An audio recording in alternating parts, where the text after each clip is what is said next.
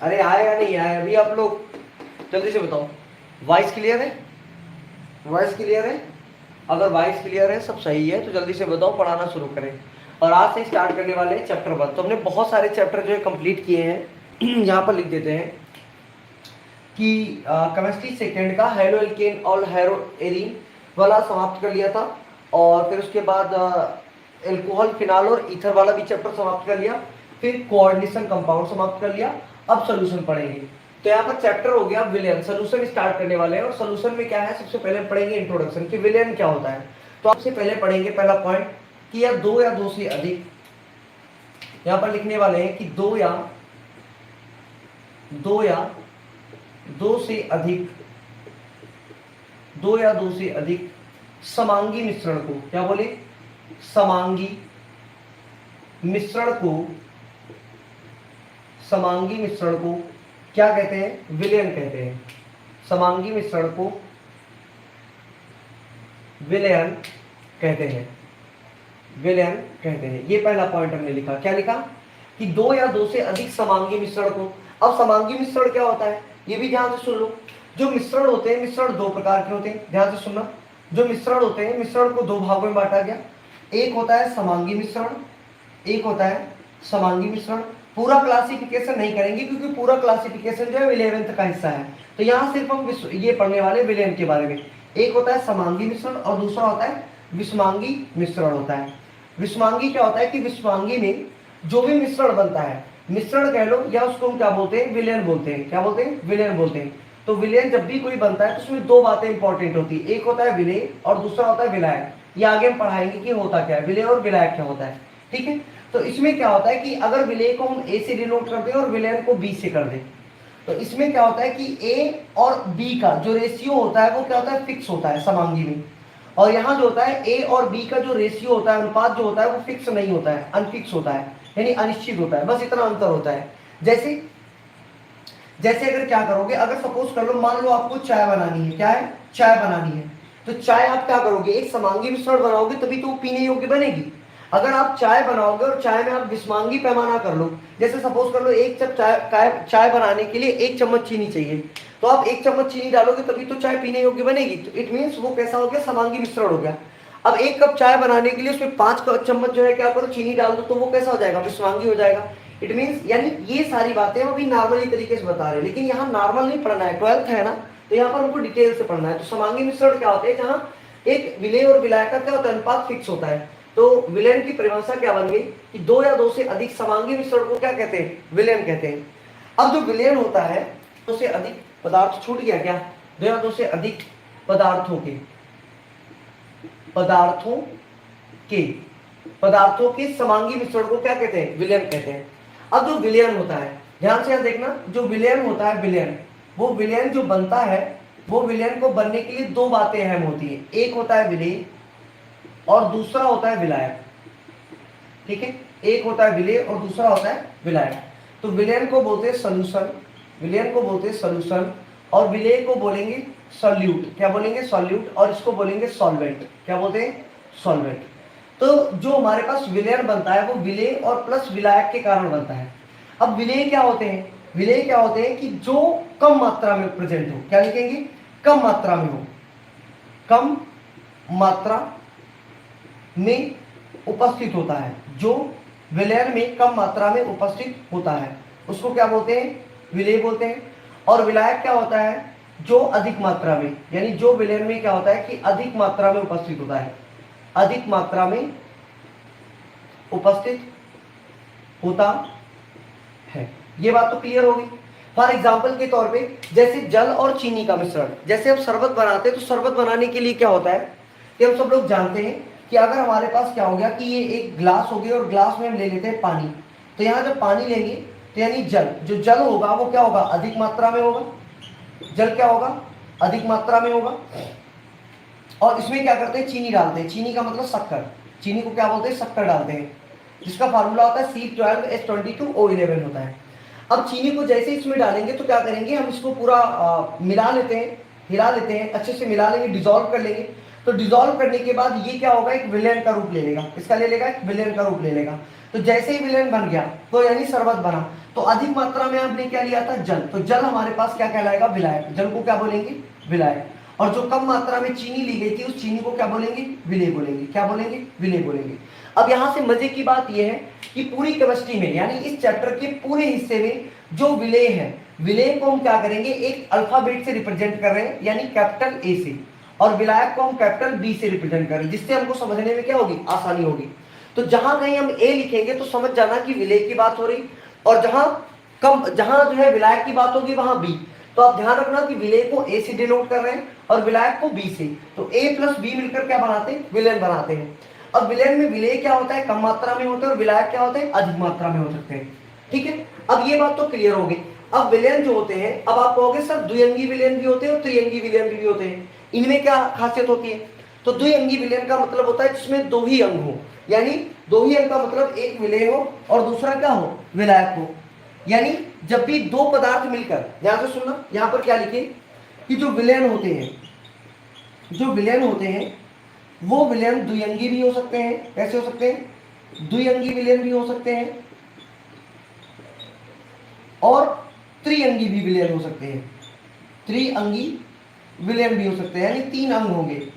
तो यानी यहां इन दोनों में खासियत क्या है कि द्विअंगी विलेन में क्या होंगे कि दो पदार्थों से मिलकर बना मिश्रण, यानी क्या लिखने वाले, द्विअंगी में क्या कहेंगे कि दो पदार्थों से मिलकर बने विलेन को क्या कहेंगे, द्विअंगी विलेन कहेंगे। बात समझ में आ रही। और जो तीन पदार्थों से मिलेंगे, यानी यहां लिख लो दो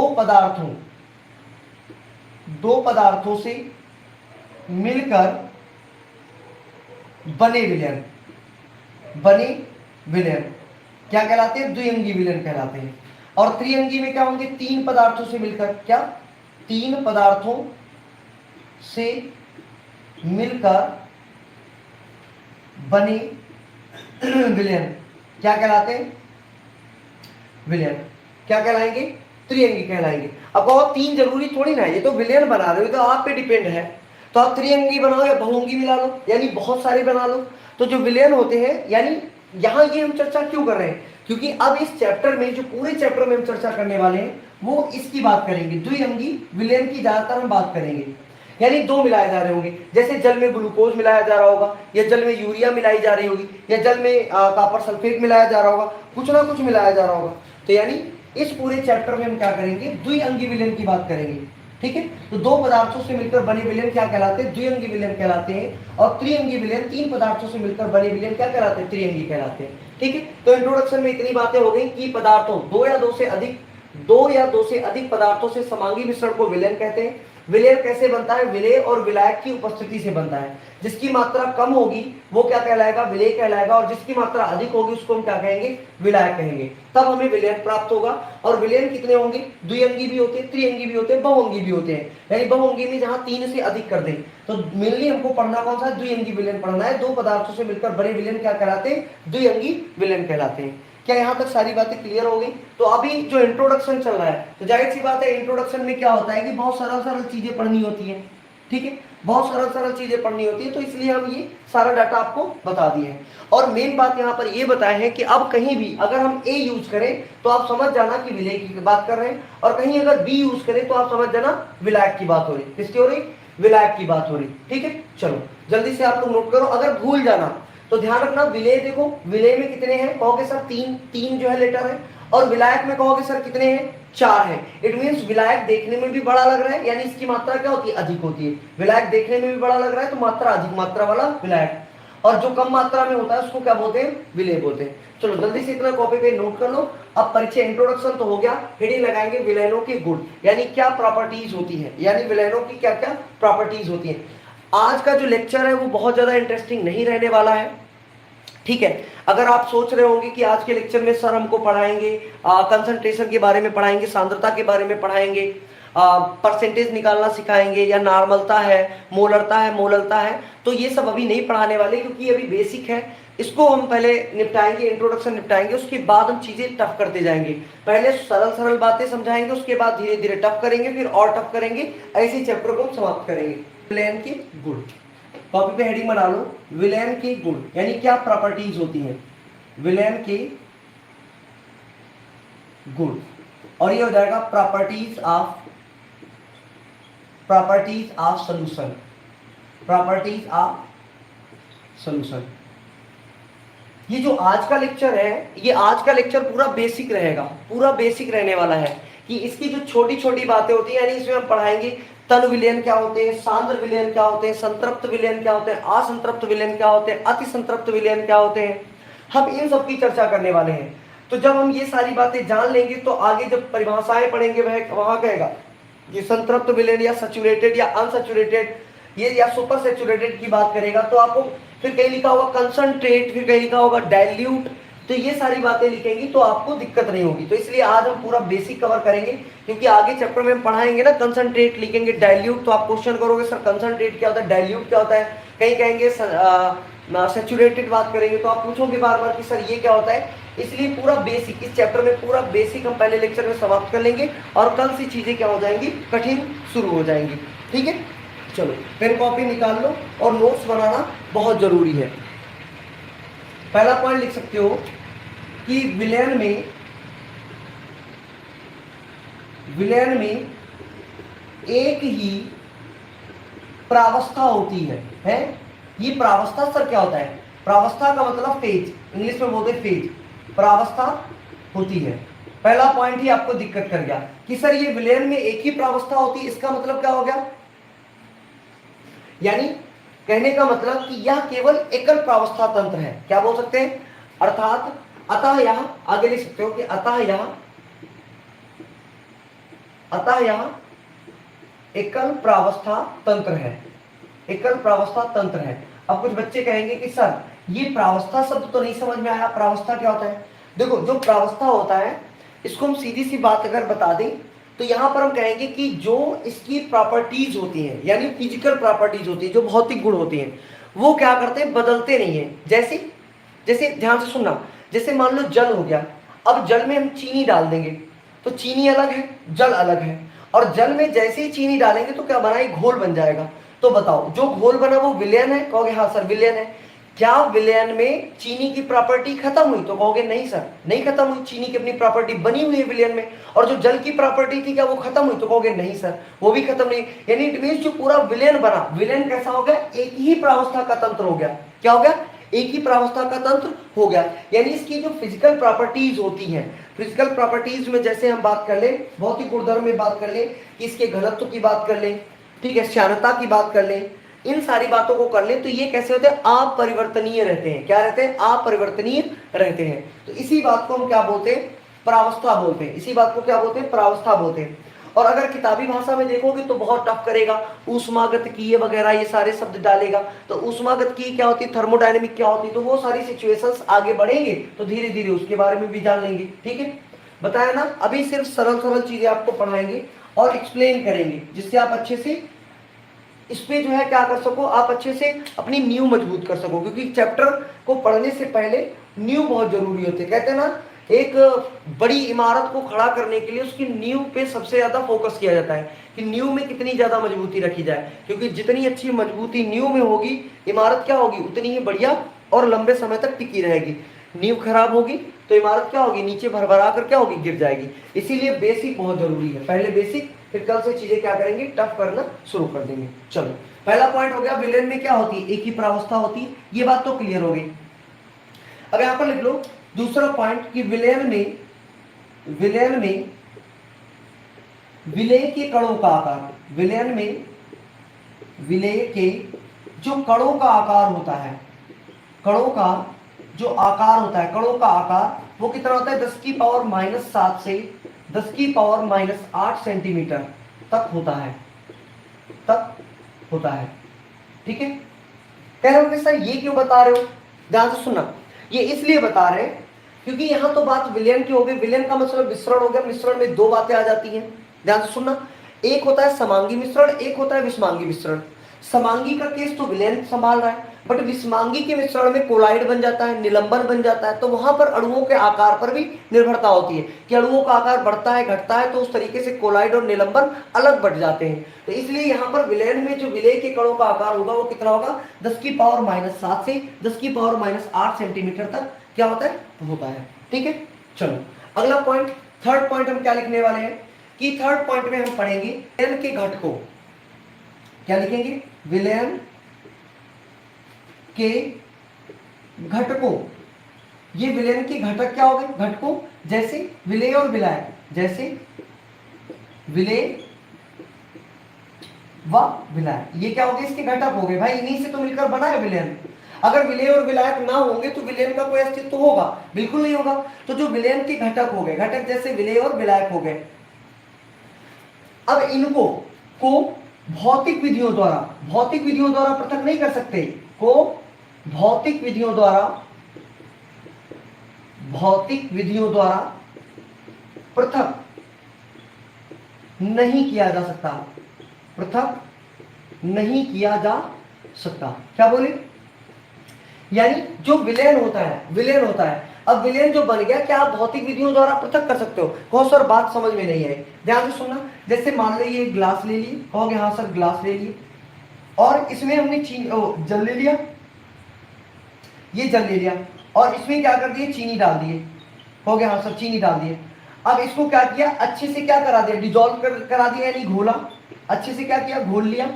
और घोलने के बाद ये जो हमको ग्लास में प्राप्त हुआ, अब कहोगे सर ये क्या प्राप्त हो गया, कहोगे ये हमको विलयन प्राप्त हो गया, विलयन प्राप्त हो गया। गांव की भाषा में इसको बोलते हैं शरबत, क्या बोलते हैं, शरबत हो गया, घोल प्राप्त हो गया। अब बताओ, कह रहा है कि भौतिक विधियों द्वारा, क्या इस शरबत से आप फिजिकल प्रॉपर्टीज, यानी भौतिक विधियों, जैसे छन्नी से छान कर या कुछ भी कर लो, केमिकल प्रॉपर्टीज नहीं, जैसे आप गर्म करोगे ऐसा कुछ नहीं, सिर्फ भौतिक विधियों द्वारा, क्या इस चीनी को वापस बाहर निकाल सकते हो, इससे चीनी को बाहर निकाल सकते हो? तो आप कहोगे नहीं। तो वही बात लिखा है कि विलयन जो होते हैं, विलयन के घटकों जैसे विलेय और विलायक हो गए, को भौतिक विधियों द्वारा पृथक नहीं किया जा सकता। यानी आपने जल लिया, जल में चीनी डाली, घोल दिया, घोलने के बाद शरबत बना लिया, अब हम तुमसे कहें कि बताओ शरबत से चीनी बाहर निकाल दो, तो क्या आप निकाल सकते हो बिना गर्म किए? नहीं कर सकते ना, गर्म करने पे तो निकल जाएगी, गर्म करोगे वाटर वेपर बन के उड़ जाएगा, नीचे जो प्राप्त होगा वो क्रिस्टल फॉर्म में चीनी प्राप्त हो जाएगी, समझ रहे हो? तो तब तो प्राप्त कर सकते हो, लेकिन यहाँ बोला भौतिक विधियों द्वारा पृथक नहीं कर सकते। तो ये विलयन की क्या होगी, प्रॉपर्टी होगी कि विलयन में विलेय और विलायक जब भी डिसॉल्व हो जाते तो उनको आप भौतिक विधियों द्वारा क्या नहीं कर सकते, पृथक नहीं कर सकते। ठीक है, एक चलो अगला पॉइंट क्या लिखने वाले हैं कि जो विलयन में, ध्यान से सुना, कि जो विलयन में घटकों के गुणधर्म होते हैं, यानी विलयन में, इधर समझना, अगला पॉइंट हम लिखेंगे। जैसे अभी हमने क्या किया था कि जैसे ये ले लिया था, जल ले लिया था, कहोगे हाँ सर ये जो जल लिया था इसमें जल तो हो गया, और इसमें चीनी डाल दिए। तो अब बताओ, चीनी की जो प्रॉपर्टी है, चीनी का जो भी गुण है, वो चीनी का गुण अपने पास चीनी का है, और जल का जो बिहेवियर है वो भी अपने पास रख रहा है। अभी इसको क्या किया, घोल लिया, बिल्कुल घोल दिया, ठीक है, घोल लिया, और घोलने के बाद यह शरबत बनाया, क्या बन गया, शरबत बन गया। अब यहाँ जो शरबत बना है, ये जो शरबत बन गया, इसी को हम क्या बोलेंगे, विलयन बोलेंगे। क्या बोलेंगे, विलयन बोलेंगे। तो बताओ, इस विलयन के अंदर आप कहोगे सर चीनी भी है और प्लस में क्या है, जल भी है, चीनी भी है, जल भी है। तो जब ये चीनी और जल अलग अलग फॉर्म में थे, क्या बोले कि जब ये चीनी अपनी सॉलिड अवस्था में थी, ठोस अवस्था में थी, और जल अपने लिक्विड यानी द्रव अवस्था में था, जब ये अलग अलग फॉर्म में थे, तब इनकी जो प्रॉपर्टी थी, घुलने के बाद की प्रॉपर्टी में कोई अंतर हुआ? बताओ। यानी चीनी की जो अलग प्रॉपर्टी थी और जो जल की अलग प्रॉपर्टी थी, इनको हमने घोल दिया, घोलने के बाद क्या चीनी और जल की प्रॉपर्टी इस विलयन में खत्म हो गई? क्या इनका गुण इस विलयन में खत्म हो गया? तो आप कहोगे नहीं, चीनी का जो गुण था और जो जल का बिहेवियर था, वो गुण इस जल में क्या है, प्रेजेंट रहे, उपस्थित रहे। यानी अगला पॉइंट हम यही लिखने वाले कि जो विलयन होते हैं, विलयन में जो घटक, यानी विलयन जिन घटकों से मिलकर बना होता है, उनके गुणधर्म बने रहते हैं। क्या होते हैं, बने रहते हैं, यानी उनका अस्तित्व समाप्त नहीं होता है। तो इस बात को हम लिखने वाले हैं। क्या लिखेंगे कि विलयन के गुणधर्म, यहां पर लिखेंगे कि विलयन के गुणधर्म, विलयन के गुणधर्म, और जो विलयन के गुणधर्म होंगे वो किस पर निर्भर करेंगे? तो कहोगे घटकों पर।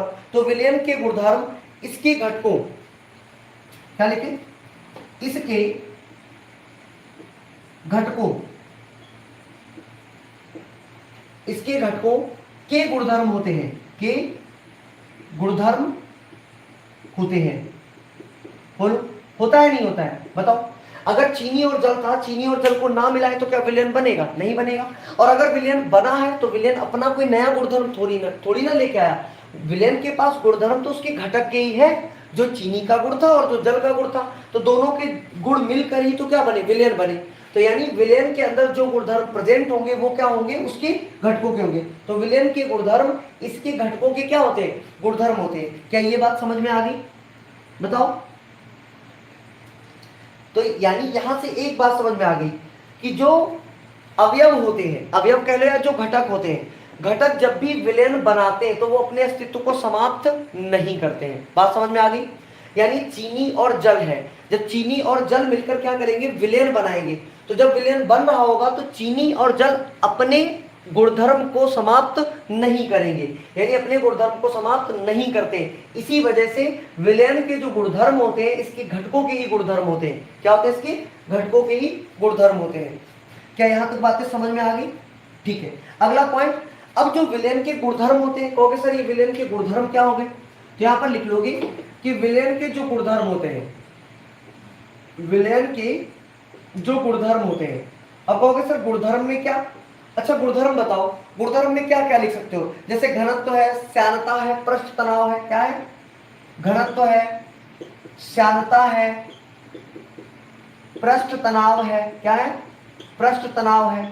अब कहोगे सर ये घनत्व क्या होता है, तो घनत्व तो जानते हो, घनत्व बराबर फार्मूला क्या होता है, द्रव्यमान बटे आयतन। क्या हो गया, द्रव्यमान बटे आयतन। यानी सरल भाषा में ऐसे समझ लो कि घनत्व को बहुत जगह इधर उधर बताते हैं और दिक्कतें क्रिएट करता है। इधर ध्यान से देखना कि हम आपको बताने वाले हैं कि सपोज कर लो, जैसे मान लो एक ये वर्ग है, ठीक है, और इस वर्ग में ध्यान से सुनना, इस वर्ग में देखो हमने खाने बना दिए, कितने बनाए, खाने बना दिए इस तरीके से, ठीक है। और यहां पर एक मान लो ये क्या हो गया, एक ये हो गया।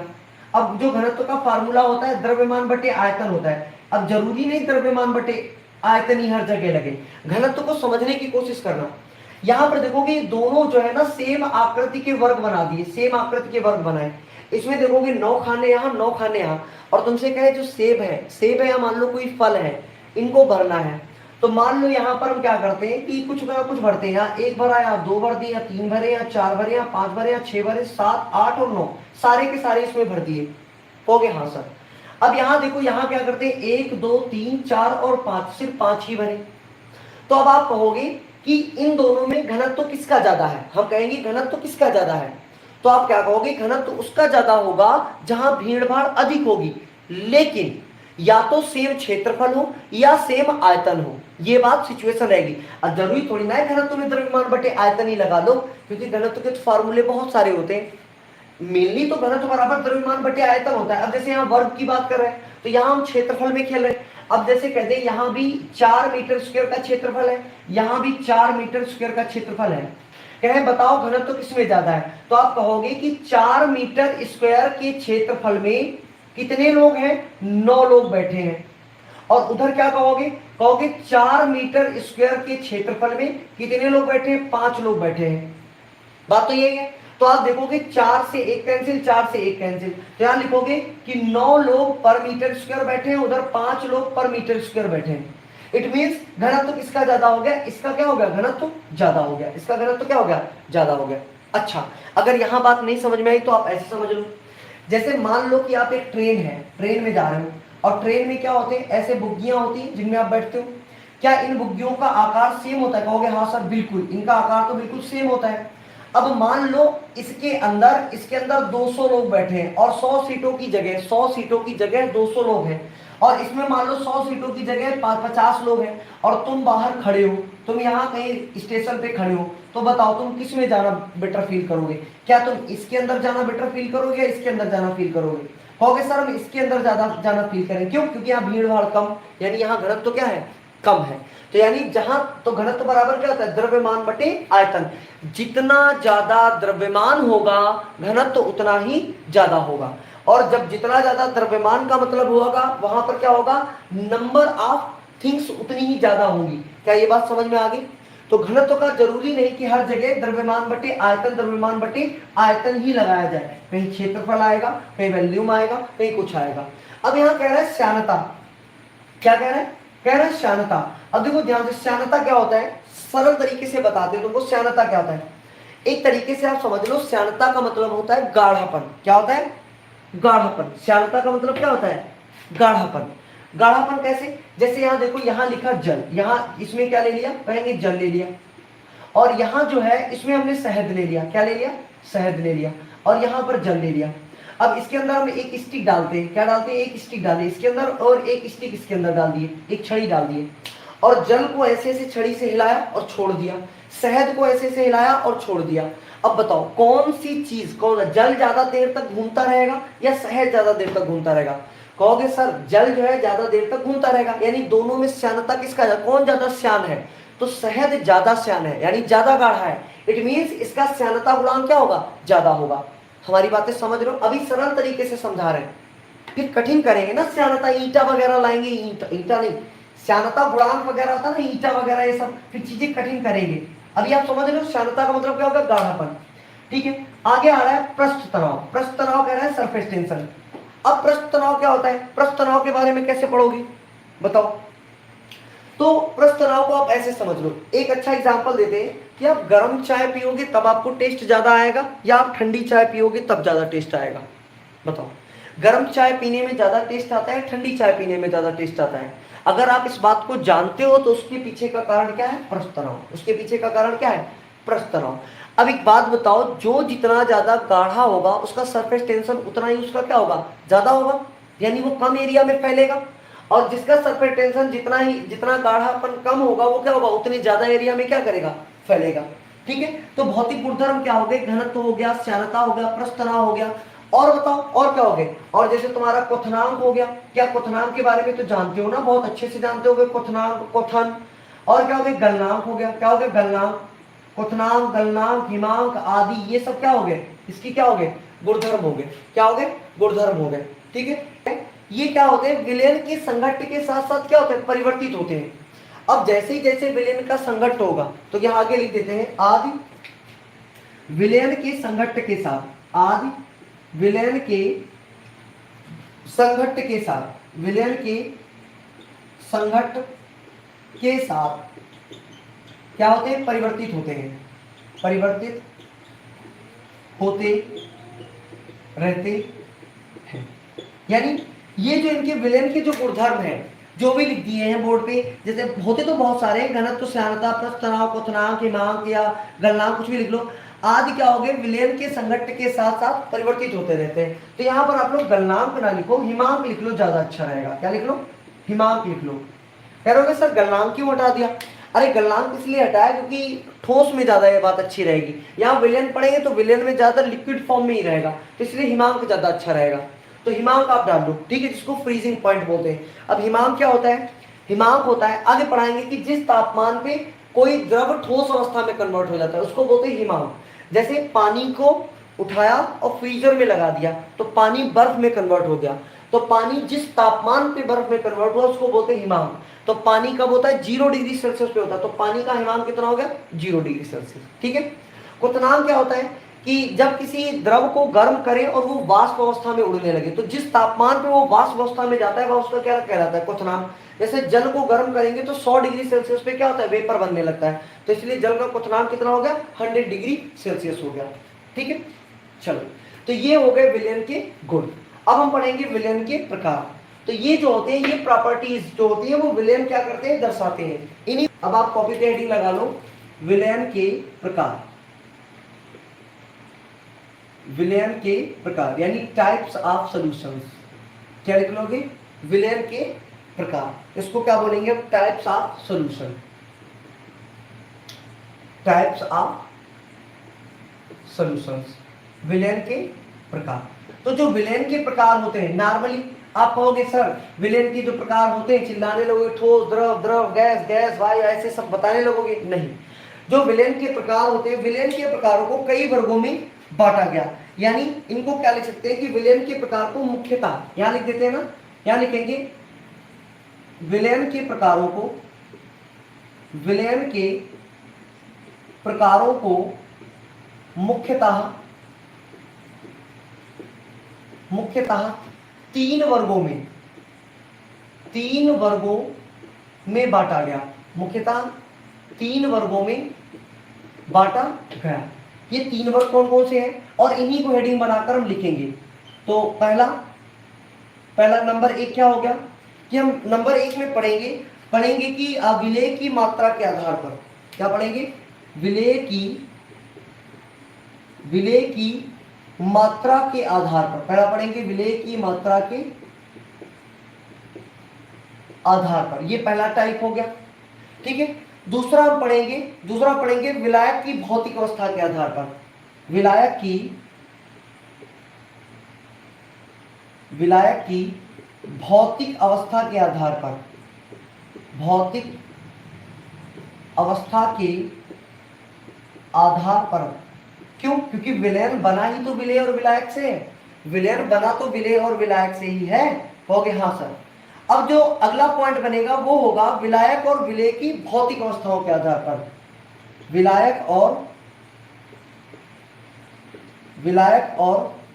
विलेय की भौतिक अवस्थाओं के आधार पर, भौतिक अवस्थाओं के आधार पर, यानी इनको 3 वर्गों में बांटा गया। पहला है यानी विलेय की मात्रा के आधार पर, on the basis of quantity of solute, यानी क्या हो गया, विलेय की मात्रा के आधार पर। तो आप कॉपी में हेडिंग क्या, ये 3 प्रकार हो गए। तो 3 में सबसे पहले हम क्या पढ़ेंगे, सबसे पहले पढ़ेंगे ये वाला, on the basis of quantity of solute.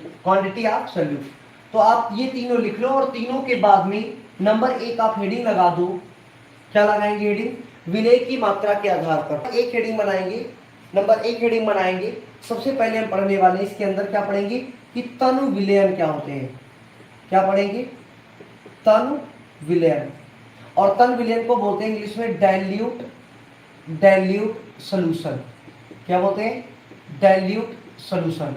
यानी आपसे पूछ देगा कि तनु विलयन क्या होते हैं, तो जाहिर सी बात है तनु विलयन में क्या होते हैं कि इसमें विलेय पदार्थ की जो मात्रा होती है विलायक की तुलना में क्या होती है, कम होती है। अर्थात विलयन जैसे आपने लिखा होगा, जैसे ध्यान से सुनना, एग्जांपल में जैसे लिखा होगा ऐसे लिखा होगा, डाइल्यूट HCl लिखा होगा, डाइल्यूट H2SO4 लिखा होगा। तो इसका मतलब हुआ क्या, इसका मतलब ये हुआ कि यहां कहेंगे जो HCl बना है HCl2, इसमें जल होगा और प्लस क्या होगा, HCl होगा, यानी जल प्लस HCl होगा। तो जो HCl की मात्रा है वो क्या रही होगी, कम रहेगी, और जो जल होगा वो क्या रहेगा, ज्यादा मात्रा में रहेगा। तो जो ज्यादा मात्रा में रहेगा वो क्या हो गया, विलायक, वो क्या हो गया, विलायक, और जो कम मात्रा में हो गया वो क्या हो गया, विलेय, क्या हो गया, विलेय। तो बात समझ में आ गई। तो जब भी विलेय क्या होता है, किसी विलयन में विलेय क्या होता है, कम मात्रा में होता है, किसकी तुलना में, विलायक की तुलना में। यानी विलायक की तुलना में विलेय की मात्रा क्या होती है, कम होती है, तो वह विलयन क्या कहलाता है, तनु विलयन कहलाता है। क्या कहलाता है, तनु विलयन कहलाता है। ये बात समझ में आ गई, बताओ। चलो तो यहां परिभाषा लिख दें। तो परिभाषा में हम लिख देंगे, क्या लिखेंगे कि वह विलयन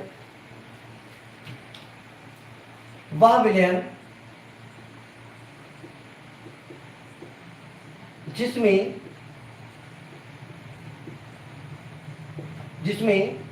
विलेय पदार्थ की मात्रा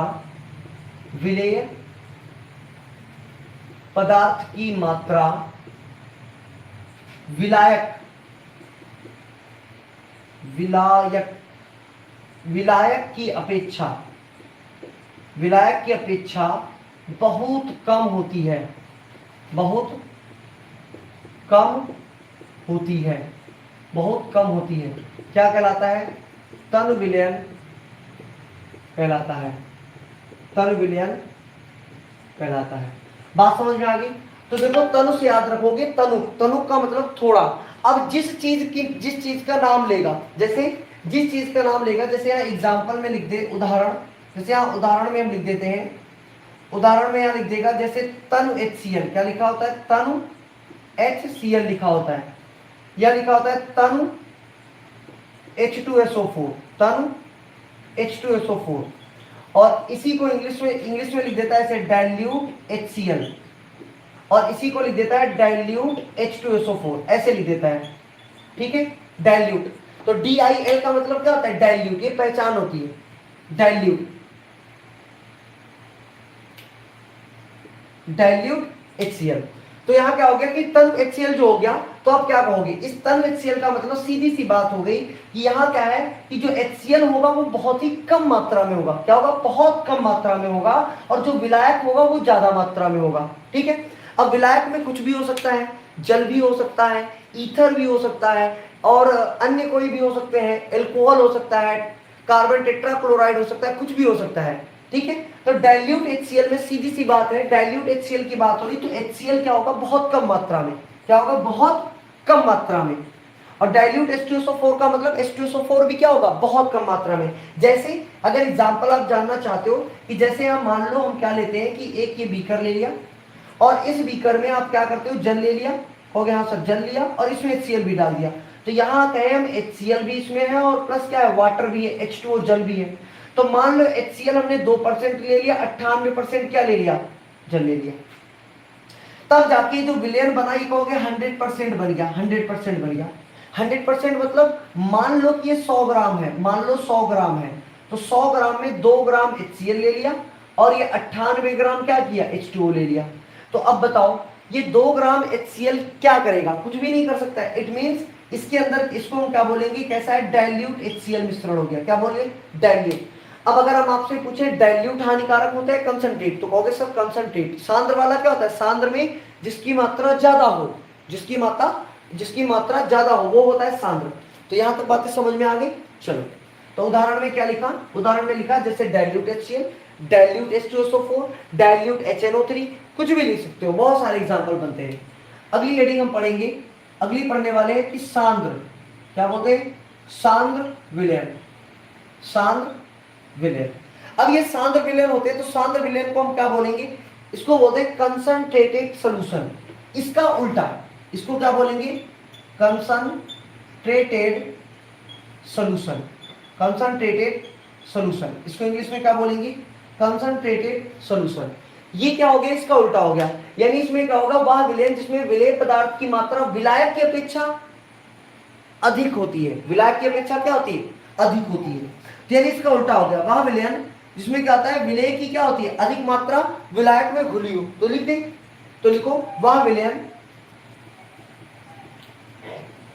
वह विलयन जिसमें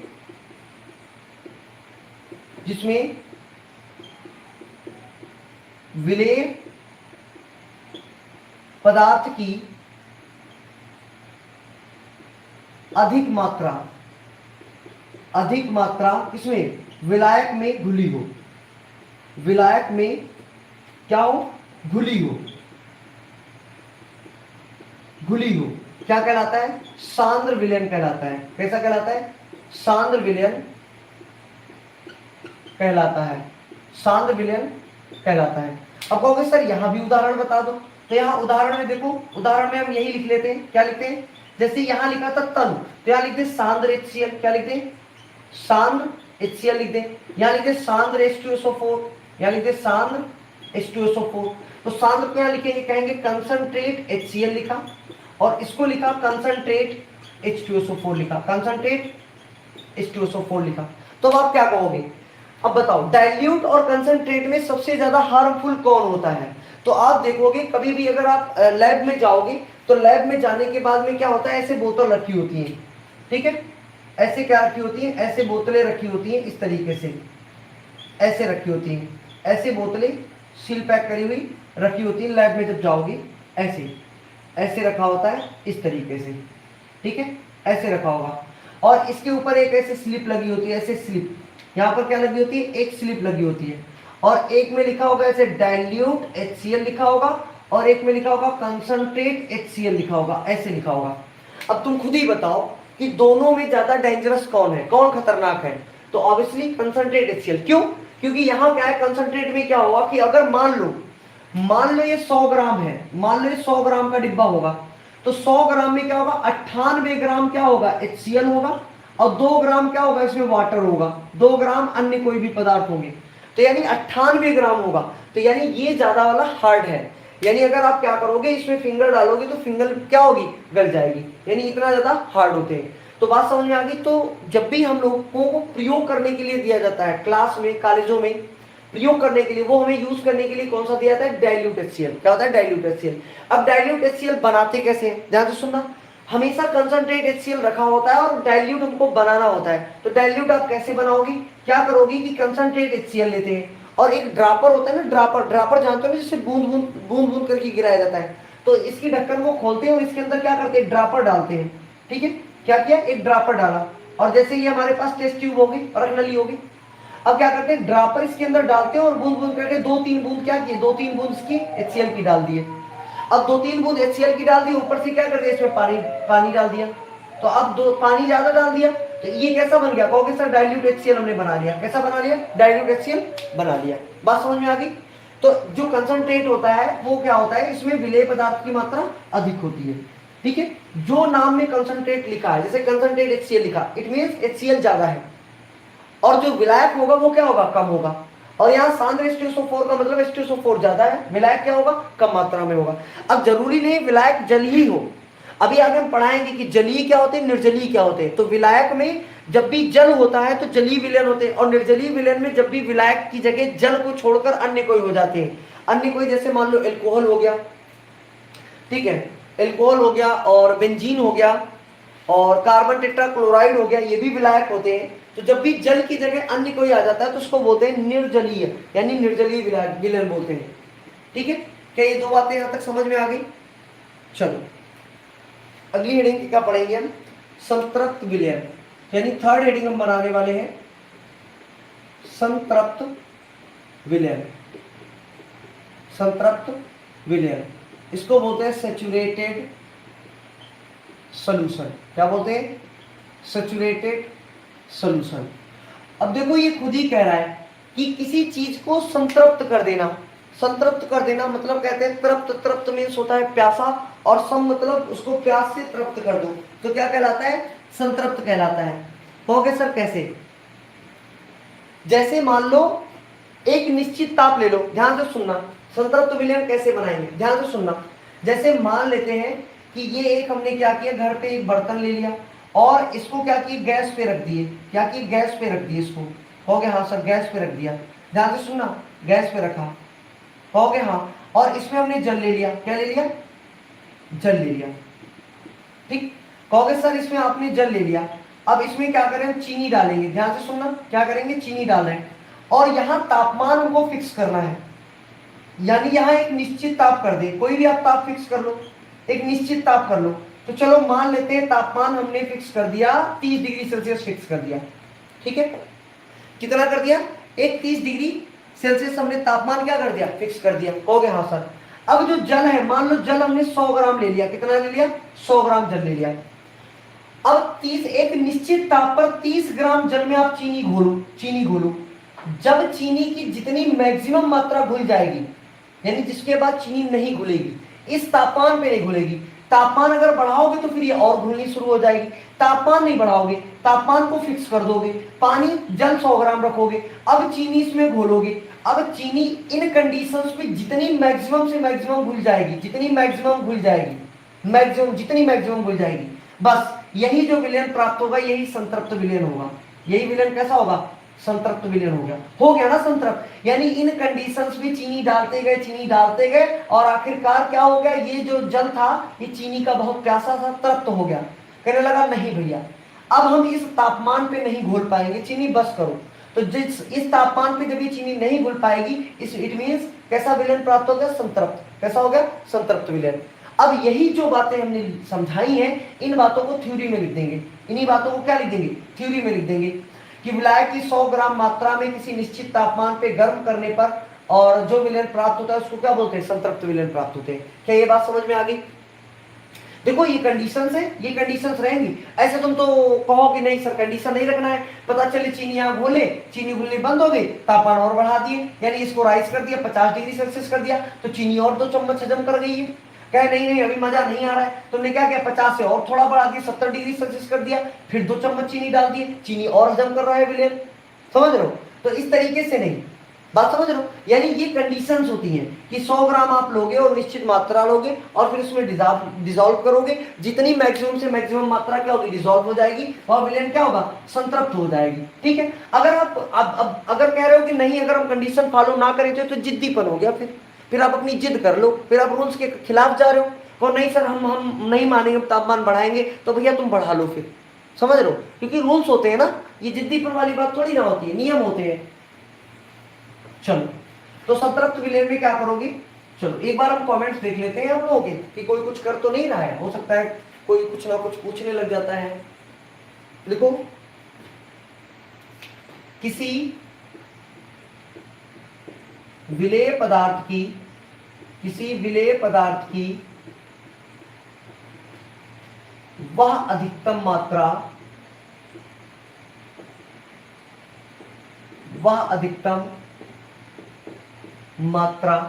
क्या बोले, किसी विलेय पदार्थ की वह अधिकतम मात्रा जो कि एक निश्चित ताप पर 100 ग्राम, जो कि एक निश्चित ताप पर 100 ग्राम, देखो वही बात लिखी, क्या बोला, एक निश्चित तापमान होना चाहिए, एक तापमान फिक्स हो और 100 ग्राम एक विलायक होना चाहिए, क्या हो, 100 ग्राम विलायक में घुल सके, 100 ग्राम विलायक में घुल सके, 100 ग्राम विलायक में घुल सके। देखो वही बात लिख दी है कि किसी विलेय पदार्थ की वह मैक्सिमम अधिकतम मात्रा जो कि एक निश्चित तापमान और 100 ग्राम विलायक में क्या हो, घुल सके।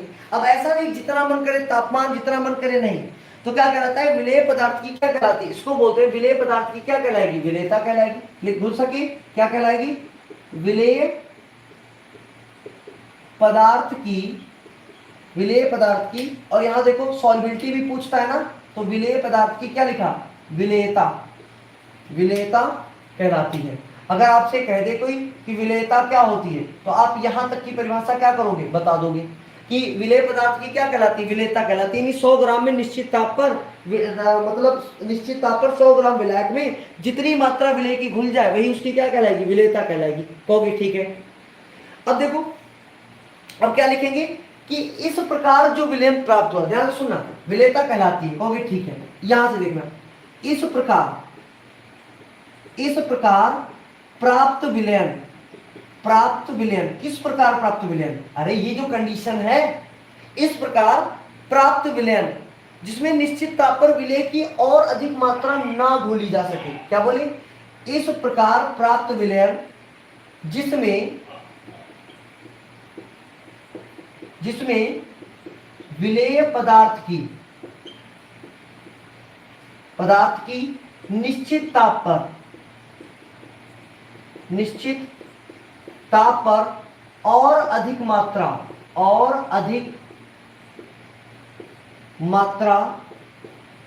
ना घोली जा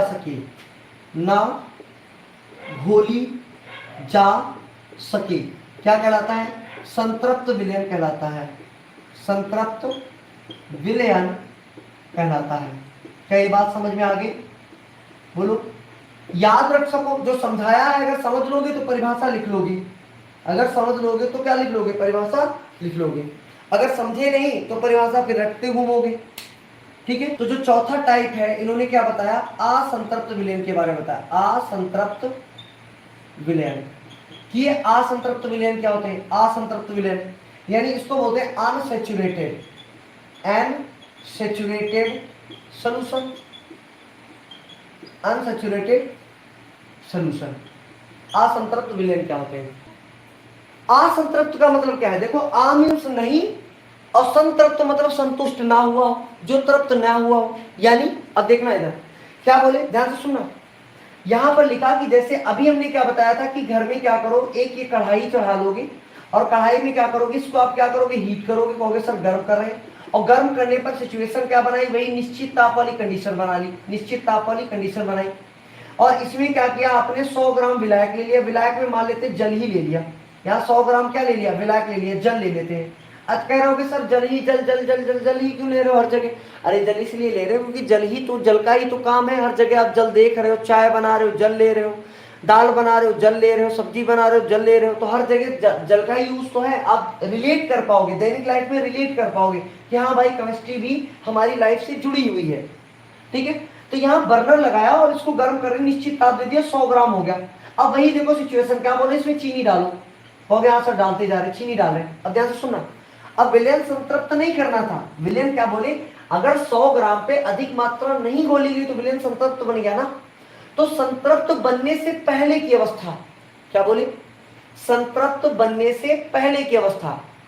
जैसे मान लो, देखो मानने के लिए बता रहे हैं, जैसे अगर हम कह दें कि 100 ग्राम जल में अगर चीनी 70 ग्राम घोल दी जाती है तो विलयन संतृप्त बन जाता है। ध्यान से सुनना, मानने के लिए, समझाने के लिए, कि अगर निश्चित तापमान, कोई एक निश्चित ताप है, 100 ग्राम जल में 70 ग्राम चीनी घोलते हैं तो एक विलयन संतृप्त बन जाता है। कहोगे हाँ सर, यानी इसके बाद निश्चित ताप पे 100 ग्राम के बाद चीनी नहीं घुलती है, तो यह अधिकतम मात्रा हो गई संतृप्त विलयन प्राप्त होने की। ठीक है, अब देखो 70 ग्राम पे संतृप्त विलयन प्राप्त हो जाता है, तो कहोगे हाँ सर। अब मान लो ये 50 ग्राम ही अभी डिजोल्व किया है, तो 70 ग्राम से जब चीनी कम रहेगी, 30 ग्राम, 40 ग्राम, 50 ग्राम, तो ये विलयन कैसा होगा, असंतृप्त ही तो रहा होगा। बताओ, शुरुआत में विलयन, जब शुरुआत से आप चीनी डाल रहे हो, 10 ग्राम डाले, 20 ग्राम डाले, 30 ग्राम डाले, 40 ग्राम डाले, 50 ग्राम डाले, तो विलयन कैसा है, अभी असंतृप्त ही तो है। कहोगे हाँ सर। फिर जब तुमने 70 ग्राम डाल दी, तब देखा कि इस तापमान पे चीनी अब डिजोल्व नहीं हो रही, अब नहीं घुल रही, तो तब कैसा बन गया, संतृप्त बन गया। तो संतृप्त बनने से पहले की जो स्टेज थी वो कैसी थी, असंतृप्त विलयन की थी। क्या थी, असंतृप्त विलयन की क्या थी, स्टेज थी। क्या ये बात समझ में आ गई? परिभाषा लिख दें तो क्या लिखेंगे, वह विलयन जिसमें विलय की मात्रा, वह विलयन, हाँ, वह विलयन जिसमें विलेय पदार्थ की मात्रा, विलेय पदार्थ की जो मात्रा होती है, मात्रा संतृप्त, संतृप्त विलयन से क्या हो, कम घुली हो।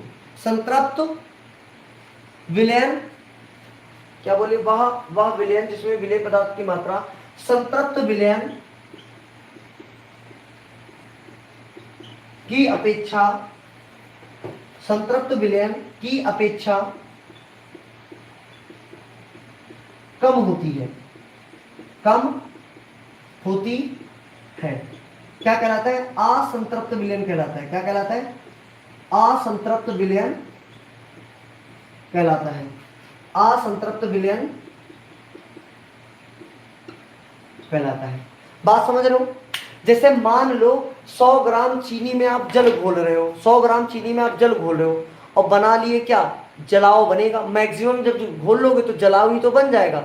तो जो जलाव बना आप उसको क्या कहोगे, कहोगे वो संतृप्त विलयन बन गया। समझाने के लिए बता रहे हैं कि जैसे मान लो 100 ग्राम चीनी में, 100 ग्राम जल में आप चीनी घोल रहे हो और चीनी को घोलते चले गए तो मैक्सिमम स्टेट क्या होगी, 100 ग्राम, यानी जलाव बन गया। अब जलाव में चीनी डिजोल्व नहीं हो रही, तो जलाव को हम क्या बोलेंगे, संतृप्त विलयन। और जब जलाव नहीं बना था, शुरुआत में पानी था, चीनी डाल रहे थे, डिजोल्व कर रहे थे, फिर डाल रहे थे, फिर डिजोल्व कर रहे थे, फिर डाल रहे थे, फिर डिजोल्व कर रहे थे, तो वो विलयन कैसा था, वो सिचुएशन थी असंतृप्त की थी। क्या थी, असंतृप्त की थी। ठीक है, अब असंतृप्त तो बन गया और असंतृप्त के बाद क्या बना, संतृप्त विलयन बन गया। कहोगे हाँ सर, जलाव बना लिया। अब देखना, अब बात आ गई जिद्दीपन वाली। जिद्दीपन वाली क्या, कि किसी ने कहा कि भैया जलाव तो बन गया, कहोगे नहीं हम और चीनी इसमें घोलेंगे, तो तुम जबरदस्ती जलाव में और चीनी घोलने लगे। तो जब और ज्यादा चीनी घोलोगे तो विलयन कैसा बन जाएगा, संतृप्त से ऊपर चला जाएगा, मतलब अति संतृप्त विलयन बन जाएगा। क्या बन जाएगा, अति संतृप्त विलयन। क्या होते हैं, संतृप्त के बाद की स्टेज। बात समझ में आ गई? तो अब लिख लो अगला पॉइंट क्या होते हैं, अति संतृप्त, यानी जो पांचवा है इसको हम पढ़ेंगे, अति संतृप्त विलयन क्या होते हैं, अति संतृप्त विलयन। इसको क्या पढ़ने वाले, अति संतृप्त विलयन। और अति संतृप्त विलयन को क्या बोलते हैं, इसको बोलते हैं सुपर सैचुरेटेड सॉल्यूशन। इंग्लिश में क्या बोलते हैं, सुपर सैचुरेटेड सॉल्यूशन। क्या बोलते हैं, सुपर सैचुरेटेड सॉल्यूशन बोलते हैं। ठीक है, चलो जल्दी से इसको नोट कर लो, फिर हम क्या करते हैं, लिख देते हैं। क्या यहाँ तक बातें समझा देते हैं कि संतृप्त क्या होते हैं, असंतृप्त क्या होते हैं। ठीक है। तो यहाँ देखो क्या करोगे, यहाँ पर देखो लिया क्या, यहाँ पर हम लेते हैं कि हमने घर पे क्या करी, एक कढ़ाई चढ़ा दी, एक क्या करेंगे कढ़ाई चढ़ा दिए, और ये हमारे पास क्या हो गया, एक बीकर हो गया, बर्नर लगा दिए, गैस भट्टी जला दिए, गैस भट्टी जला दिया, ठीक है। अब गैस भट्टी में क्या करें, एक निश्चित ताप लिया है, निश्चित ताप करते हैं ना, निश्चित ताप। जब गैस वो क्या करते हैं, जब वो क्या दाल वाल पकाते हैं और कुछ काम करने लगते हैं तो गैस को एकदम फिक्स कर देते हैं ना लास्ट में कि हाँ इतनी ही स्लो पे होनी चाहिए। अब इसमें क्या कर दिया कि मान लो 100 ग्राम जल डाल दिया, ध्यान से सुनना, क्या किए 100 ग्राम इसमें जल ले लिया, 100 ग्राम जल ले लिया, हो गया बिल्कुल सर, 100 ग्राम जल ले लिया। अब इसमें मान लो चीनी डाल रहे हैं, कितना डाल रहे हैं, चीनी डाल रहे हैं, तो चीनी डाल रहे थे, तो अभी जो ये विलयन है, अभी ये असंतृप्त विलयन है, असंतृप्त विलयन है। क्यों, क्योंकि ये जो जल है ना, ये जल प्यासा है चीनी का, मतलब आ मीन्स नहीं तृप्त तो नहीं हुआ, तृप्त नहीं हुआ मतलब प्यासा है, चीनी को डिसॉल्व करने के लिए, तो चीनी डिसॉल्व हो रही, ठीक है। आगे देखो हम क्या बोले कि यहाँ पर क्या हुआ कि अब यहाँ पर कि 100 ग्राम जल में इतनी चीनी डिसॉल्व कर ली, इतनी चीनी डिसॉल्व कर ली कि ये जो ये था एक तरीके से जलाव बन गया, क्योंकि जलाव ही अपनी लाइफ में देखते हो, डेली देखते हैं। तो यानी हम मान लिए कि जो जलाव बना, क्या ये पर्याप्त मात्रा है, अब चीनी की आवश्यकता है जलाव में, नहीं है, बोलो नहीं होती ना, जलाव एक फिक्स स्टेज होता है ना कि हाँ बस इतना मीठा ठीक है, ज्यादा नहीं ठीक है। तो यानी जो जलाव बना ये कैसा हो गया, मान लिया संतृप्त विलयन हो गया, कैसा हो गया, संतृप्त विलयन बन गया, ठीक। और कुछ होते हैं बहुत मीठे टाइप के, तो कहते हैं नहीं जलाव में मजा नहीं और करो, तो यानी अब नहीं माने, जबरदस्ती इसमें चीनी और डिसॉल्व करा रहे हैं, और चीनी डिसॉल्व करा रहे हैं, यानी अब जलाव के बाद की जो स्टेज आएगी, यानी यहाँ पर अब जो बन रहा है वो मारे भच भच करके मीठे का राब जैसा ढेर बना लिया, जलाव का भी आगे हो गया, तो इसको बोलते हैं अति संतृप्त विलयन। क्या बोलेंगे, अति संतृप्त विलयन। यानी विलेय पदार्थ की आवश्यक मात्रा घोल दी गई, संतृप्त बना लिया गया, लेकिन नहीं उनको और मीठा चाहिए, और मीठा कर दिया, तो यानी अति संतृप्त विलयन बना लिया। तो आप साधारण भाषा में इस तरीके से याद कर सकते हो कि संतृप्त विलयन बनने से पहले की जो अवस्था थी विलयन की वो असंतृप्त होता है, और जब तृप्त हो जाए तो क्या कहलाता है, संतृप्त कहलाता है, और जब और ज्यादा अधिक घोल दिया जाए तो क्या होता है कि जबरदस्ती घोला जाए तो बन जाता है अति संतृप्त। तो वह विलयन जिसमें एक निश्चित ताप पर, एक निश्चित ताप पर विलय की आवश्यक मात्रा से क्या किया जाए, ज्यादा घोला जाए, निश्चित ताप पर उस विलयन की संतृप्त अवस्था के लिए, उस विलयन की संतृप्त अवस्था के लिए, संतृप्त अवस्था के लिए अब आवश्यकता से ज्यादा मात्रा में क्या कर दिया जाएगा, घोल दिया जाएगा। अवस्था के लिए आवश्यक मात्रा से अधिक मात्रा में, आवश्यक मात्रा से अधिक मात्रा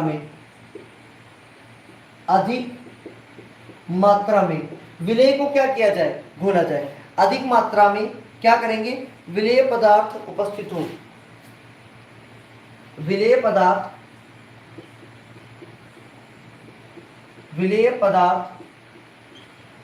उपस्थित हो अति संतृप्त विलयन कहलाता है, अति संतृप्त विलयन कहलाता है।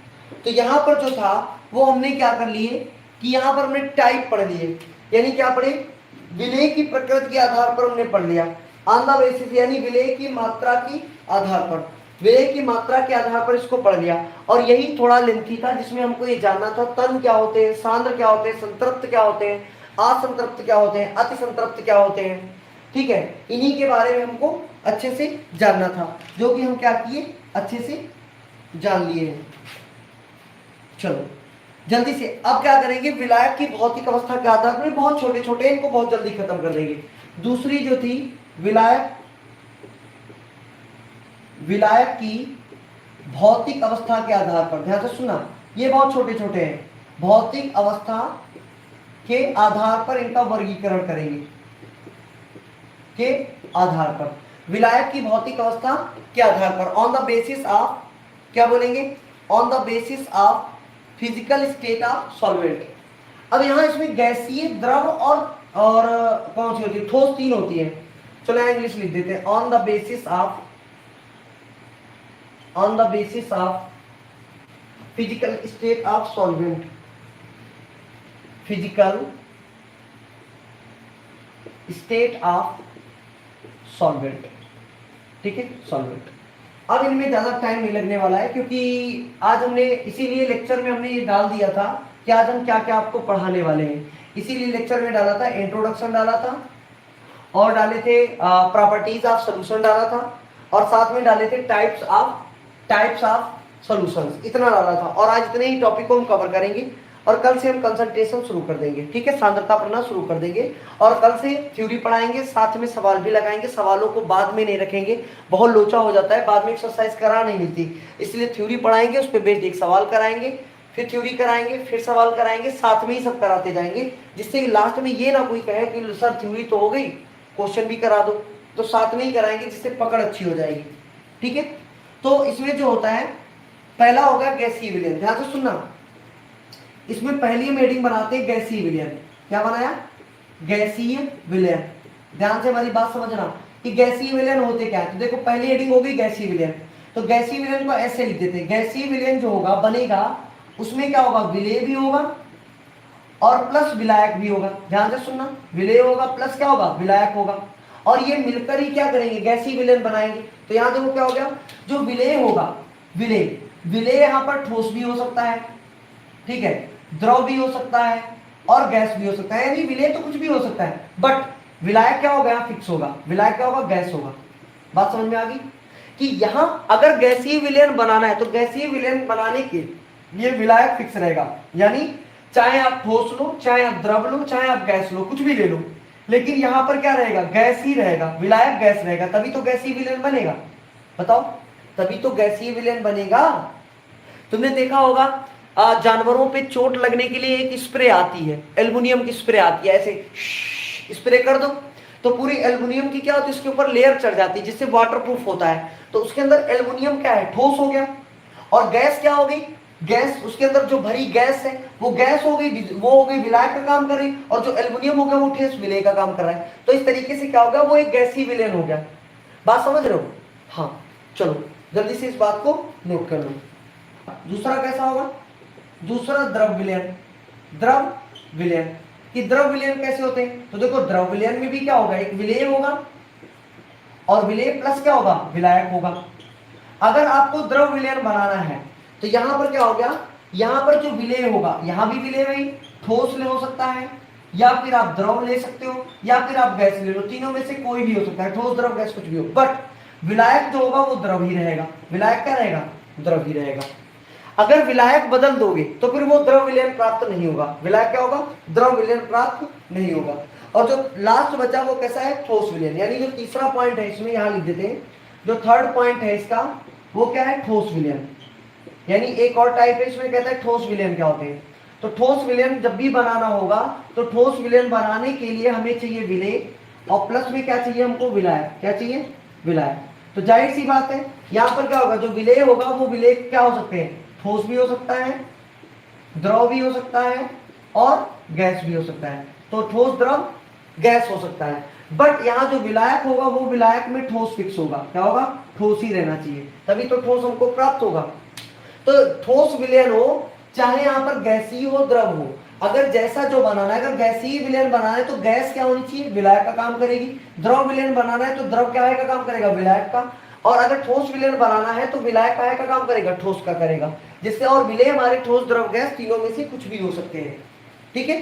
तो यहां पर हमारे पास क्या हो गया कि विलायक की भौतिक अवस्था के आधार पर हमने क्या किया, इनका वर्गीकरण कर लिया, और इनको कितने भागों में बांटा गया, तीन, एक गैसीय विलयन में, दूसरा द्रव विलयन में, तीसरा ठोस विलयन में। क्या यहां तक बातें समझ में आ गई, चलो जल्दी से ये दूसरा पॉइंट भी समाप्त हो गया। तो यहां पर हेडिंग बना देंगे, थर्ड जो पढ़ेंगे, विलायक और विलेय की भौतिक अवस्था के आधार पर। विलायक और विलेय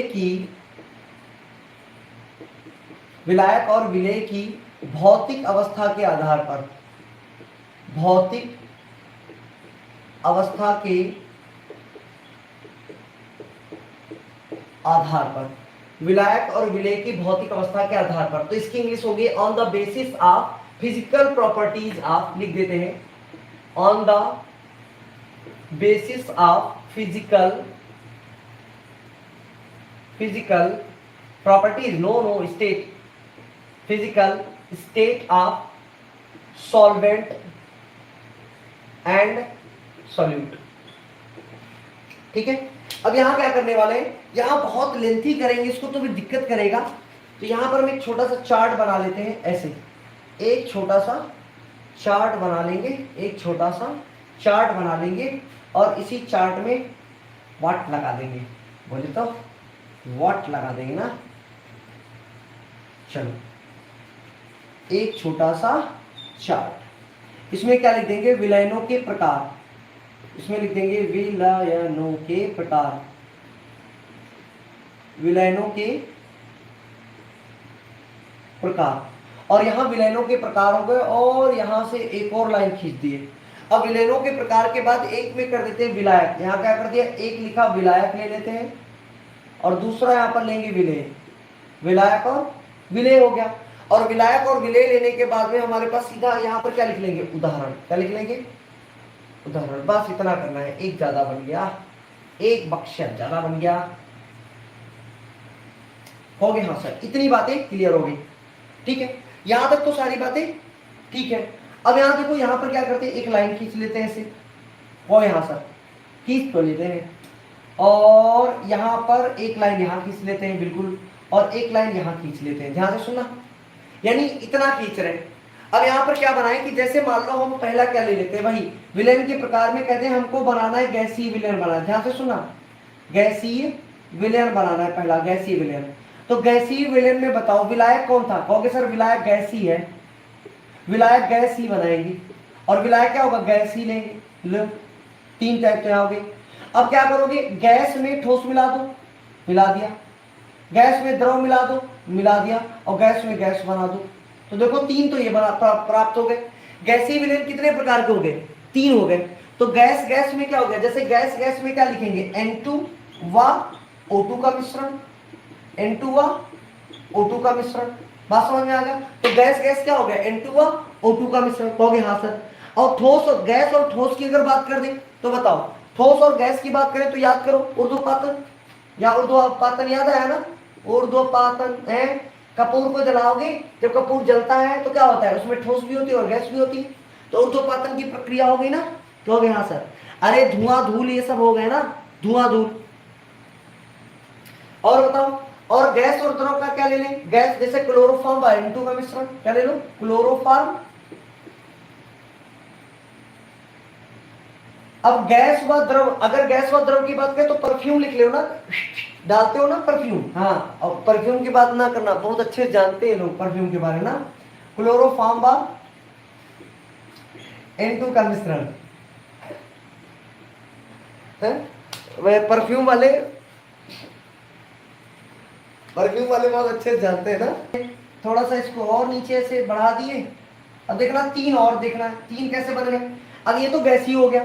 अगर गैस के बाद अगर हम कहते हैं कैसा, द्रव विलयन बना ले, यहां पर हम कैसा बना दे, द्रव विलयन बना दे। मान लो हमको द्रव विलयन बनाना है, तो द्रव विलयन में कितने टाइप बनेंगे बताओ, क्या बताया था। इसमें भी वही कॉलम करो, यहाँ पर क्या खींचा, एक कॉलम ये खींच दिया, एक कॉलम ये खींच दिया। अब द्रव विलयन बनाना है तो द्रव विलायक क्या होगा, विलायक जाहिर सी बात है, द्रव द्रव द्रव, विलायक कैसा होगा, द्रव होगा, और कैसा होगा, द्रव होगा, और यहाँ भी कैसा होगा, द्रव होगा। अब इसमें भी क्या होगा, एक बार ठोस मिला दो, द्रव में ठोस मिलाएंगे, और द्रव में क्या करेंगे, फिर द्रव मिलाएंगे, और द्रव में क्या कर देंगे, गैस मिला देंगे। तो देखो तीन ये बन के तैयार हो गए, द्रव और ठोस का।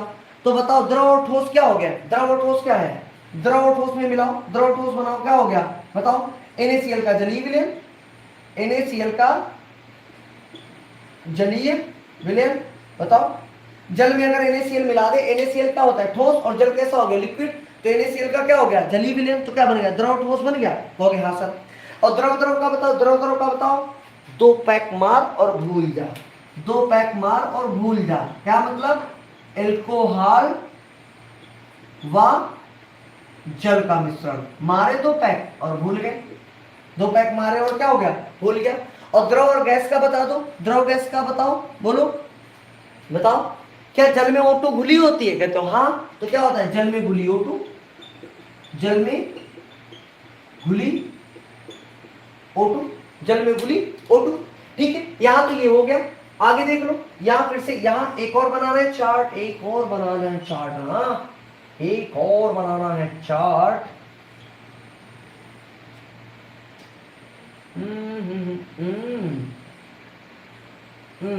ठीक है, ठीक है। तो यहां से क्या हो गया, गैस हो गया, द्रव हो गया, गैस हो गया, द्रव हो गया। अगला कैसा विलयन बनाना है, तो कहोगे सर ठोस विलयन बनाना है हमको। कैसा बनाना है, ठोस विलयन बनाना है, ठोस विलयन। तो अब विलायक का काम कौन करेगा, जाहिर सी बात है यहाँ ठोस विलायक का काम करेगा, यहाँ भी ठोस विलायक का काम करेगा, और यहाँ भी ठोस क्या करेगा, विलायक का काम करेगा। ठीक है, तो ठोस में एक बार ठोस मिला देंगे, तो ठोस में ठोस मिलाने से क्या होती है, मिश्र धातुएं बनती हैं। ठोस में द्रव मिला देंगे और ठोस में क्या करेंगे, गैस मिला देंगे। चलो दैनिक लाइफ में यूज होने वाले बताइए एग्जांपल। ठोस में जब ठोस मिलाएंगे तो क्या हो गया, बताओ बताओ।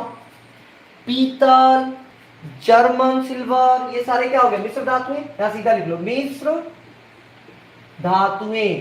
कुछ कहेंगे सर मिश्र धातुएं क्या होती हैं, तो मिश्र सभ्यता में जो पाई गई धातुएं, मिश्र सभ्यता में नहीं, मिश्र धातुएं क्या होते हैं कि धातुओं का समांगी मिश्रण, 2 या 2 से अधिक धातुओं के समांगी मिश्रण को क्या बोलते हैं, मिश्र धातुएं।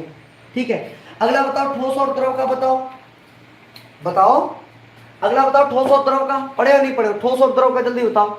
अमलगम, अमलगम पढ़े हो ना, अमलगम अमलगम अमलगम अमलगम समझते हो ना। अरे अमलगम जैसे मान लो सोडियम Na+Hg का मिक्सचर, ये तो अमलगम होता है ना, Au+Hg का मिक्सचर। अभी गांव में आ जाएगा और कहेगा आओ भैया जिनके घर में सोना चांदी पुराने हो गए हैं कृपया करके आए, अपना साफ करा ले जाएं। दौड़ के जाओगे, सारे झुमके साफ कराओगे, 10 ग्राम के होंगे, 8 ग्राम का दे देगा, 2 ग्राम झाड़ लेगा अमलगम में, और खुश होके चले आओगे ना। मतलब 10,000 के थे, 2,000 तुम्हारे चले गए, 8,000 तुमको दे दिए उसने, और केमिस्ट्री का खेल खेल लिया और तुम चले आए बेवकूफ बन के। तो वो क्या होता है, अमलगम ही होता है। और बताओ लास्ट जो बताए ठोस और गैस का, ठोस और गैस का बताओ क्या मिश्रण होगा, ठोस और गैस का बता दो, बताओ ठोस और गैस का बताओ। ठोस और गैस का क्या कर सकते हो, ठोस और गैस का जैसे पैलेडियम, यहां पर क्या करेगा, जो पैलेडियम होता है ना वो H2 का क्या करता है, अवशोषण कर लेता है। H2 का अवशोषण नहीं, सॉरी अवशोषण नहीं, अधिशोषण है। ये अधिशोषण और शोषण में क्या अंतर है, देखो ध्यान से सुनना। एक होता है एब्जॉर्प्शन, एब्जॉर्प्शन होता है, एब्जॉर्प्शन होता है। एक होता है एडजॉर्प्शन, एडजॉर्प्शन होता है। दोनों में अंतर क्या है, एडजॉर्प्शन का मतलब होता है अधिशोषण और एब्जॉर्प्शन का मतलब होता है अवशोषण। क्या होता है, अवशोषण। अवशोषण का मतलब देखो ध्यान से, अगर कोई चीज सतह से चिपकती है, सतह से चिपकती है, ध्यान से सुनना। जैसे मान लो ये है, अगर कोई आया इसकी सतह से चिपका तो इसको बोलेंगे अधिशोषित हो गया, सतह पर आकर चिपक गया। और अगर कोई चीज इसके अंदर चली जाए तो कहेंगे अवशोषित हो गया, एब्जॉर्ब हो गया। बात समझ रहे हो, बोलो। जैसे मान लो कड़ुआ तेल है, कड़ुए तेल को अगर अपनी स्किन पे लगाएं तो कड़ुआ तेल क्या हुआ, अवशोषित हुआ या अधिशोषित, तो कहोगे सर सतह से चिपक गया तो अधिशोषित हो गया। और कड़ुए तेल को अगर पी जाए इट मींस कड़ुए तेल को हमने क्या कर लिया, अवशोषित कर लिया। तो अधिशोषण और अवशोषण में बात समझ में आ गई। तो अधिशोषण का मतलब होता है सतह से चिपकना, अवशोषण का मतलब उसके अंदर चले जाना। ठीक है, तो ये हमारे पास क्या हो गए, 9 टाइप हो गए। कितने हो गए, 9, 3 3 6 और 3 9 टाइप हो गए। यहाँ इतनी बात तो चलने वाली है नहीं, यहाँ इतने से तो हमको हजम होने वाला नहीं। यहाँ पर भी एक बात बनाएंगे, नोट। क्या बनाएंगे, नोट, क्योंकि नोट पे नोट, नोट पे नोट उड़ते हैं ना, तभी तो मजा आता है। नोट पे लिख लेंगे कि वे विलयन, लिख लेंगे वे विलयन, वे विलयन जिनमें, जिनमें जल विलायक के रूप में होता है, जिनमें जल विलायक के रूप में होता है, विलायक के रूप में होता है, क्या कहलाते हैं, जलीय विलयन कहलाते हैं। क्या कहलाते हैं, जलीय विलयन कहलाते हैं, जलीय विलयन कहलाते हैं। ये बात आप लिख लेना, जलीय विलयन कहलाते हैं। जहां पर क्या होता है, जल विलायक का काम कर रहा होता है तो उनको हम बोलते हैं जलीय विलयन। बट जहां जल विलायक का काम नहीं कर रहा होता है, ठीक है, जल विलायक के रूप में नहीं होता, उनको क्या बोलते हैं, निर्जलीय विलयन। यानी दो प्रकार से पढ़ते हैं, एक होता है जलीय और दूसरा होता है निर्जलीय। तो इसी आधार पर अगर हम दूसरा नोट पॉइंट बना ले तो वो क्या हो गया कि जिन विलयनों में, क्या लिखेंगे, जिन विलयनों में, जिन विलयनों में जल विलायक के रूप में नहीं होता, विलायक के रूप में नहीं होता है, वह क्या कहलाते हैं, निर्जलीय विलयन कहलाते हैं। क्या कहलाते हैं, निर्जलीय विलयन, निर्जलीय विलयन कहलाते हैं। ठीक है, तो उम्मीद है आज हमने जितना इस चैप्टर में जितना जो न्यू वाली बात होती है ना, जो बहुत छोटी छोटी बातें होती हैं, जो बेसिक होती हैं, जो छूट जाती हैं, उनको इंटर में नहीं पढ़ाया जाता है, क्योंकि सोचते हैं बच्चे को सब पता होगा, तो 9th में नहीं पढ़ाया ढंग से, 10th में ऐसे ही चला दिया काम, 11th में नहीं बताया कि 12th में बता देंगे, फिर 12th में आया तो 12th में आ गए तो 11th का क्या बताना। तो इसलिए हम क्या कर रहे हैं कि सबसे पहला आज का जो लेक्चर रहा पूरा बेसिक का रहा। अब कल से हम स्टार्ट करने वाले थोड़ी कॉम्प्लेक्स चीजें। ठीक है, तो कल से भैया आप ये सरौता वाली चीजें नहीं मिलेंगी, साफ और सरौता आप पढ़ लोगे। तो यहाँ तक हमने सारी बेसिक चीजें आपको आज कलेक्ट करा दी, जितना इंपॉर्टेंट था, छोटी छोटी बेसिक चीजें थी। तो वे विलयन जिनमें जल विलायक के रूप में होता है जलीय विलयन कहलाते हैं, जिन विलायकों में, जिन विलयनों में जल विलायक के रूप में नहीं होता उनको क्या बोलते हैं, निर्जलीय विलयन कहते हैं। तो यहाँ लिख देते हैं सामान्य, सामान्य निर्जलीय विलायक। अगर सामान्य निर्जलीय विलायक की अगर बात जानना चाहते हो कि निर्जलीय विलायक होते कौन कौन से हैं, तो अगर सामान्य निर्जलीय विलायक की बात करें तो जैसे हमारे पास हो गया ether, benzene, benzene, CCl4 carbon tetrachloride, ठीक है, ये इत्यादि हो गए। जैसे बेंजीन, ईथर हो गया, बेंजीन हो गया, CCl4 हो गया, और एल्कोहल ले लो, एल्कोहल हो गया, एल्कोहल आदि, एल्कोहल आदि, ये सारे यानी ये निर्जलीय हो गए। ठीक है, तो बस आज हम यहीं तक पढ़ने वाले थे। कल से हम पढ़ेंगे विलयनों की सांद्रता को व्यक्त करने की विधियां। तो कल से हम पढ़ेंगे विलयनों की सांद्रता को व्यक्त करने की विधियां, और कल से आपका स्टार्ट होने वाला है एग्जाम की दृष्टि से इंपॉर्टेंट टॉपिक। ऐसा नहीं आज जो पढ़ाया है उसमें एग्जाम में पूछे नहीं जाते हैं, एग्जाम में पूछा नहीं जाता है, लेकिन एग्जाम में ये चीजें जो आप पढ़ोगे उनमें यूज तो होगा ना।